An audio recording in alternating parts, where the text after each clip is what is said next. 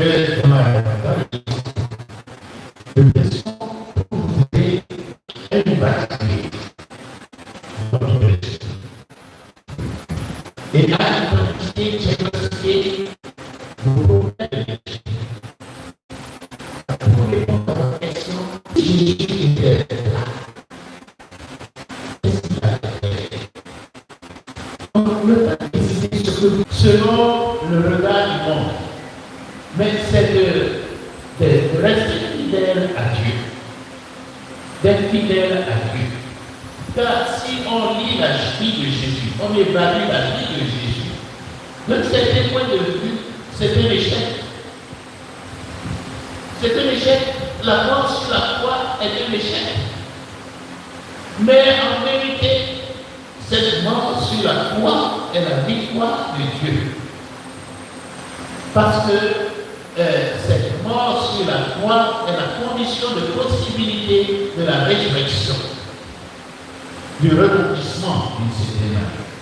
Donc, l'essentiel pour nous, dans un tel modèle de leadership, c'est pas, oui, vous voyez, grâce à mon leadership, le compte en banque de l'entreprise s'est multiplié par 10. Non. Mais que les gens sont plus heureux. C'est-à-dire, si on vient, même si votre entreprise va faire faillite, ce n'est pas le but d'une entreprise. On ne fait pas une entreprise pour faire faillite. On fait une entreprise pour réussir. Mais, si les gens viennent, qu'on puisse dire, non, elle est une bonne gestionnaire, sous son leadership, nous avons été heureux. Nous avons été heureux. On a moins de mécontentement, on a moins de frustration. De plus en plus, l'heure vient où les gens seront plus exigeants.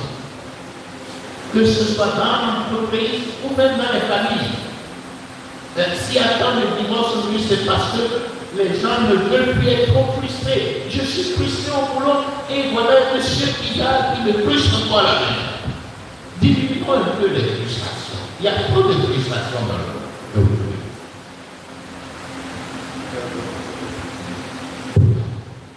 Je voudrais compléter la réponse qui a été donnée par le Père avec deux exemples. Le premier, c'est un autre prêtre jésuite qui aime le donner au moment de la fête de l'Ascension. C'est le Père Serge. Il aime dire à ce moment-là que Jésus a créé sa chose. Et puis, il choisit de nous confier la responsabilité de diriger, de conduire et de poursuivre ce qu'il a créé. Ça veut dire que lui-même, il montre qu'il n'est pas indispensable, il est humble, il accepte de se retirer.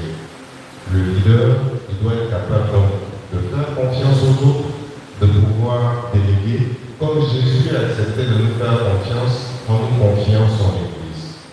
C'est un exemple qui peut permettre de voir comment est-ce qu'on peut concilier leadership humain et divin. Quand on ne sait pas, il faut savoir au moins imiter. Et celui qu'on peut imiter intelligemment, ça peut être Jésus.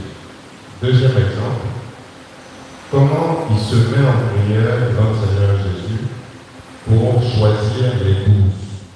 Ils étaient nombreux. Et avant de choisir les 12, il passe un long temps en prière. Ça veut dire qu'il ne compte pas sur sa seule capacité, sa seule connaissance de ses compagnons pour choisir ceux qui vont être ses plus proches compagnons. Il a recours à autre chose, à l'intervention du Père. Donc, comme l'a dit le Père Okampawa, au moment de prendre un certain nombre de décisions, il faut avoir l'humilité de comprendre que seul on ne peut rien. Avec Jésus, avec l'aide de son Esprit Saint, on peut tout. Donc il faut lui confier ça et accepter de placer la décision à prendre sous son autorité, sous sa direction. Deuxième exemple qui peut permettre d'allier le leadership humain et le leadership divin. Il faut du divin dans le leadership qui est exercé par un humain. C'est ça le leadership humain